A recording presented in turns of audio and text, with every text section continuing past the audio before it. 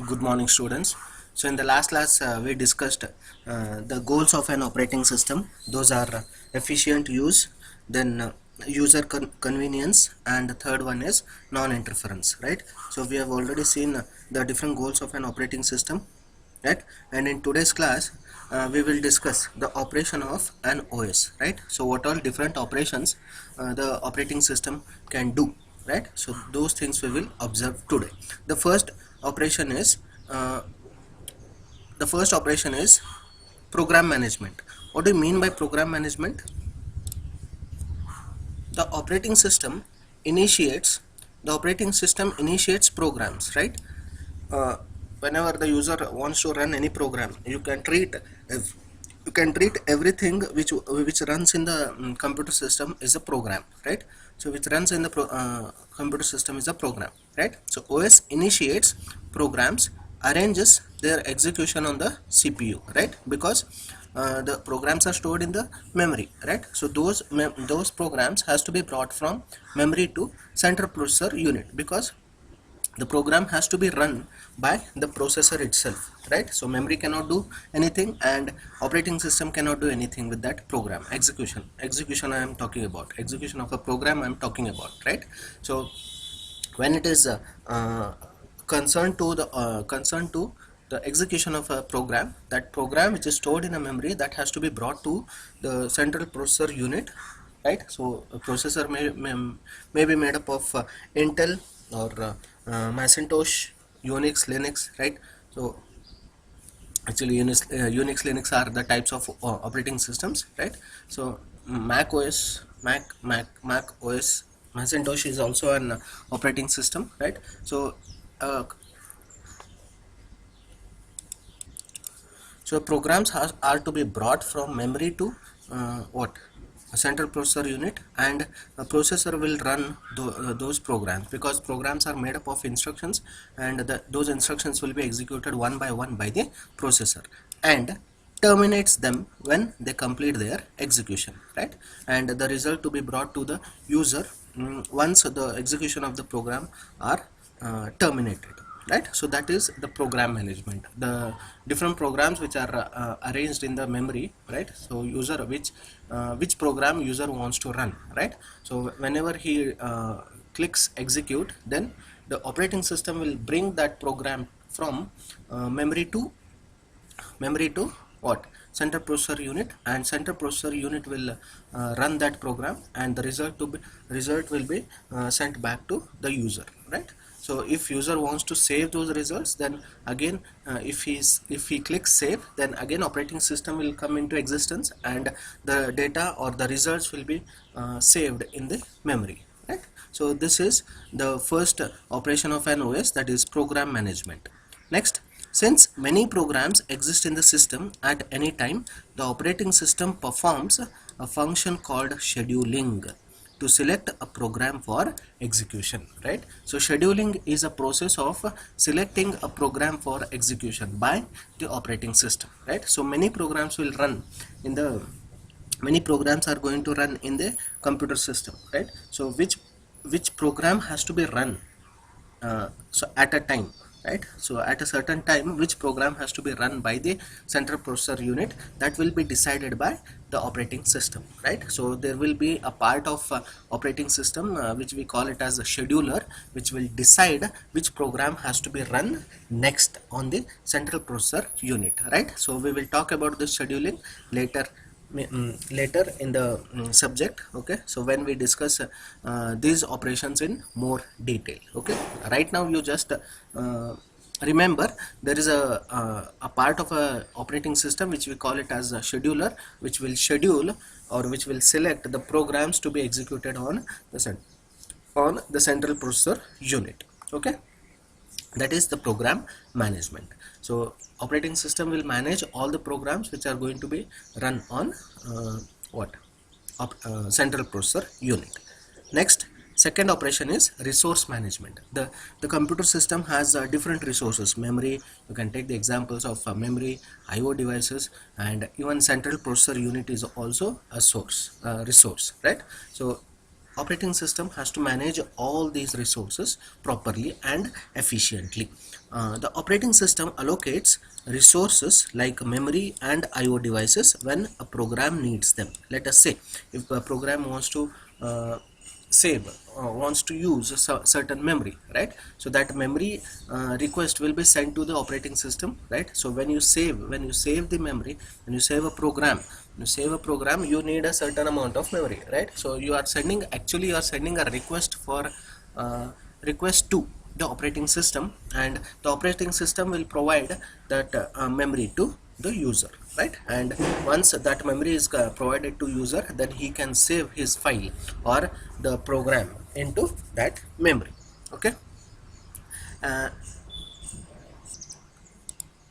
Next, when the program terminates, it deallocates these resources and allocates them to the other programs that needs them, right? That means it is not true in case of memory, right? So if you want to save the results for a longer time, then a certain memory will be allocated to that particular user or particular program, you can say, and the particular program is stored for an infinite amount of time, right? So here what he is trying to tell here is, whenever the program terminates in the sense, whenever the execution of the program terminates, right? So here he is talking about the central processor unit, right? So once the, let us say a user one, only one user here, only one user is there in the picture, okay? He wants to run 2-3 programs, let us say. First he'll try to execute the first program, right? So that first program has to be brought from memory to central processor unit, and central processor unit will execute that program, and he'll give it will give a result back to the user, right? So once the termination of first program is over, then the central processor unit has to be released from the execution of that first program, right? So once the result will be sent back to the user, then he will try to execute the second program, right? So when the second program is brought for the execution, again central processor unit will be assigned to that second program, right? So because computer system is going to run will run many number of programs inside it, right? So central processor unit is required. It has to be allocated to particular user program, and it will be deallocated once the program terminates, right? So this is the second operation of an OS, that is resource management. And the third one is security and protection. The security and protection points are going to remain same as we discussed in the last class, that is goals of an OS, non-interference. The name is different here. Instead of non-interference, we are calling it as security and protection. Let us see again 2 points regarding this security and protection. Okay, security function prevents non-users from utilizing the services and resources in the computer system. Hence, none of them can access the file. If you are protect your laptop with the help of a key, with the help of a password, right? So that password protection will be provided by an operating system, right? So that is nothing but the part of security and protection. You are protecting your laptop or your data which is stored in your laptop by the other users which is trying to steal that data from your laptop. You are actually protecting your data with the help of a password, right? So that we can call it as a security and protection. And that password facility will be provided by the operating system. Next, the protection function prevents, right? So he's trying to define these two words separately, that is security and protection. So first one is security function prevents, he said. Then he is trying to tell the protection function prevents users other than the file owner or users authorized by him from accessing the file. Even you can here I gave an example of securing your laptop or securing your entire data which is stored in the laptop, but here in the protection he is trying to tell you about the particular data, the particular file. Even you can lock that particular file, and even you can protect that file from the other users. But the that means the other users, if he wants to access your file, you have to give authorization to that particular user, then only he can access that file. right?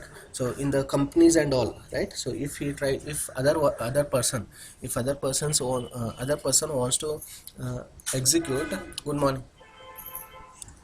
So in the companies and all, if one person wants to access the file of another persons, then he needs authorization from the second person, then only he can access the different data which is stored in the second person's what, a computer system. So these are the different operations of an operating system, right? So we will elaborate these operations later in the chapter. Okay, so moving to the next slide. What are the tasks performed by, what are the different tasks performed by the operating system, right? So these are also important, right? So in the first module, these are the fixed questions. In the first module, these are the fixed questions. So those are definitions of an OS, what are the different goals of an operating system, and the different tasks and operations provided by the operating system, and the classes of an operating system, right?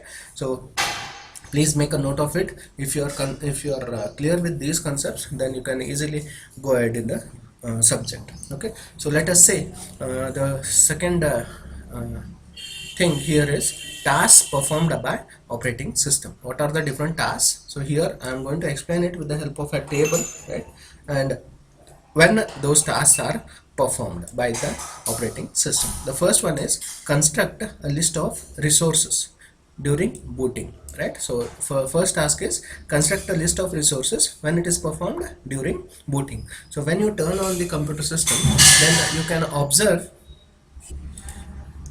so we can observe once the computer system is started, you can observe one LED will blinks and goes where on a CD drive, right? So one more LED is there on the motherboard, it also blinks and goes, right? So wherever LEDs you have, small LEDs you have, they all blinks and goes. That means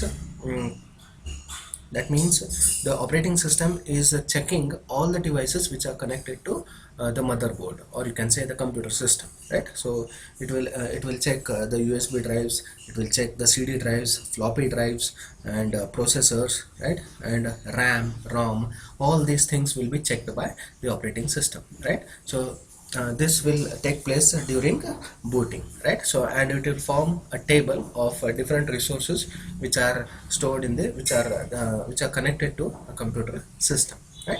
So that is the construction of a list of different resources which are connected to the computer system, and that happens during booting. Next, second task is maintain the information for security.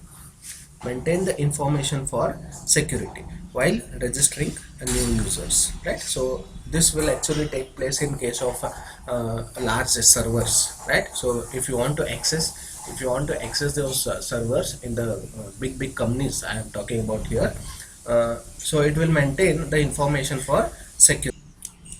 So where many users wants to access that particular server, then the operating system which is sitting in the server side, so that has to be maintained, that has to maintain the authorization of different users, right? So it has to protect the data or the files concerned of one user from the second user, right? Next, so third task is verify identity of a user. How it identifies the user at login time, right? So once the operating system has provided authorization to a particular user, then he can log in to the server by using his password, which is given by which is going to be set by user itself, right? So sometimes server will provide certain kind of a password, right? So default password those servers will provide, and later once you log in, you can change those password, right? So in that manner it will identify the different users. Next, the fourth task is initiate execution of programs, right? At user commands, when it is performed at user commands, whenever user gives some commands, in case of command line interface, or in case of GUI, when the mouse clicks are going to happen. When you click the mouse, then it will initiate the execution of programs, right? Double click on a folder, it will open the folder, right? So if you want to edit the file, you just double click it, that file will open and you can edit it, right? Later you can save, right? So these are all a small programs you can say which will be run on the computer system or a central processor unit, right? Fifth task is maintain authorization information, right? Different users authorization, the different users are given different passwords, no? So those all passwords are protected, and it will check the authorization of a particular user, right? So when it is performed, when a user specifies which collaborators can access what programs or data, he can give, one user can give authorization to, one users can give authorization to multiple users, you can say, right? So let us assume the one server which is sitting in Facebook, right? So the Facebook employees can access that server, right? So the other person who comes from the outside, that let us say WhatsApp group, right? So WhatsApp, from WhatsApp company, if he wants to access the data on Facebook server, then he cannot do, because he is not the authorized person to access the data on Facebook server, right? So the operating system has to provide the authorization to different users, right? Next, perform resource allocation. This we have already seen. The different resources are already listed by the operating system during the booting. Then whenever the user requests for those resources, then the resource allocation has to be provided by the operating system, right? So when this task is performed, when requested by users or programs, whenever user requests for certain memory or central processor unit, right? So those all resources will be provided to those users using to those users by the operating system. Next, the seventh task is maintain current status of resource.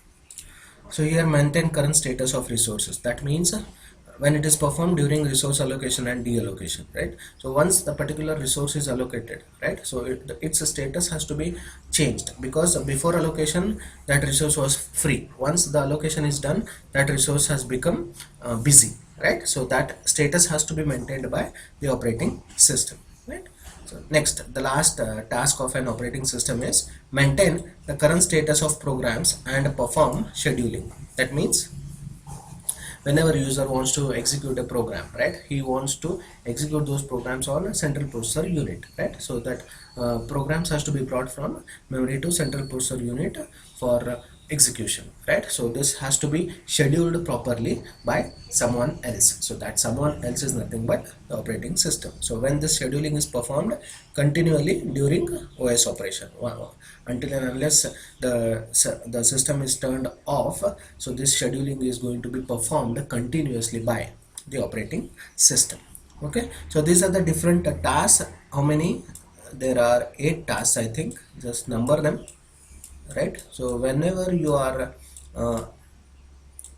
going through these videos, so whenever you are going through these videos, better you make your own notes, right? So you just what you do, you just note down the slide content, and so on for each point you write your own notes. That means you listen to my audio, what I speak on that, and only you note down the important things, only you note down important things, that too point wise, and you just underline them, so that you can easily easily identify those important points when you are going through those notes. Okay, so for today's class only this much. Okay, so in next class we will discuss the different